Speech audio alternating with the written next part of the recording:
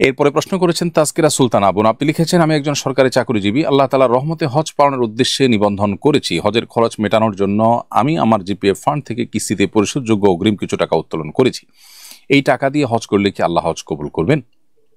বোন তাজকিরা সুলতানা, হজ এমন একটি ইবাদত যে ইবাদতের জন্য আমরা লোন করে হজের খরচ বহন করলে সেটি বিধেয় বা জায়েজ, সেটি কোনো মৌলিকভাবে অসুবিধার বিষয় নয়। জিপিএফ ফান্ড থেকে যে আপনি অগ্রিম টাকা নিয়েছেন, এটা যদি সুদ মুক্ত কোনো লোন হয়ে থাকে তাহলে তো কোনো অসুবিধাই নেই। আর যদি এটা সুদি লোন হয়ে থাকে তাহলে এটি একটি গুনাহের কারণ আপনি হজের মতো ইবাদত বা যে কোনো কাজ করার জন্য সুদি লোন নিয়ে সেটি কাজ করতে পারেন না। সুদকে আল্লাহ তাআলা হারাম করেছেন। এমনকি হজের জন্য আপনি সুদি লোন নিতে পারেন না।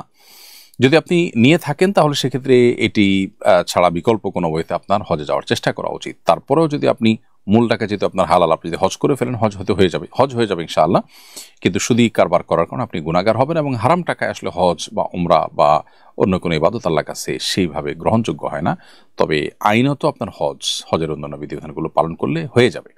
আল্লাহর কাছে গ্রহণযোগ্য করবার জন্য হজ যে অর্থে করবে সে অর্থটা হালাল হওয়া উচিত। যদিও আপনি এখানে যে টাকাটা নিয়েছেন সে টাকাটা হালাল, এটার এগেনস্টে যে সুদ দিচ্ছেন সেটা হারাম।